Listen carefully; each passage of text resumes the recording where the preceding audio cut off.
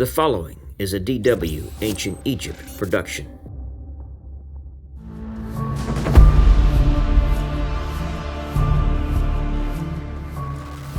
Through the discovery of the Harem Conspiracy Papyrus, it is now known that there was a plot to kill the king. This began with the motivation of a minor Queen Tiye, who wanted her son, Prince Pentewere, to succeed to the throne. This murder was carried out, but the conspirators were caught and the crown passed to the king's designated successor, Ramesses IV. He had the conspirators, who were all personally known to the king, rounded up and put on trial. Now, punishment in Egypt was different than our current Western philosophy of rehabilitation. Jails and prisons were a strange concept to the ancient Egyptians and to the ancient world for that matter. Why imprison someone for doing something wrong? It was a strain on your resources. Someone did something bad, so you put them somewhere and support them?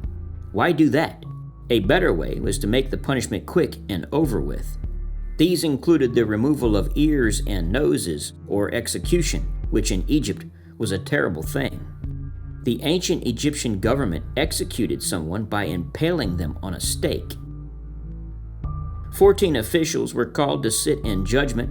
They included 7 royal butlers, 2 treasury overseers, 2 army standard bearers, 2 scribes, and a herald. The commission was given full powers to call whatever evidence was needed, and most unusually, power to deliver and carry out the verdict, even the death penalty, which was normally reserved to the king alone.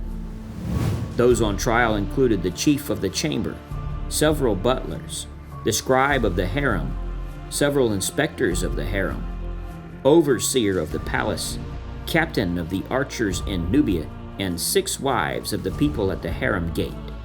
During the trial, evidence emerged of a plot to incite revolt outside the palace to coincide with the intended coup within.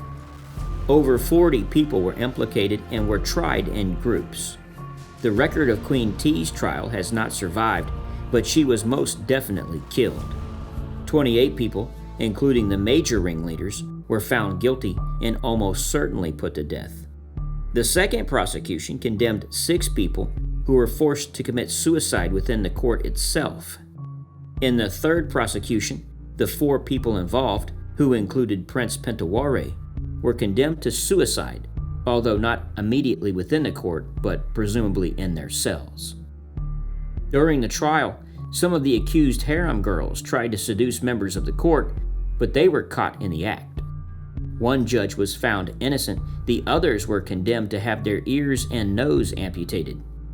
A butler, who was one of the convicted judges, committed suicide before the sentence could be carried out.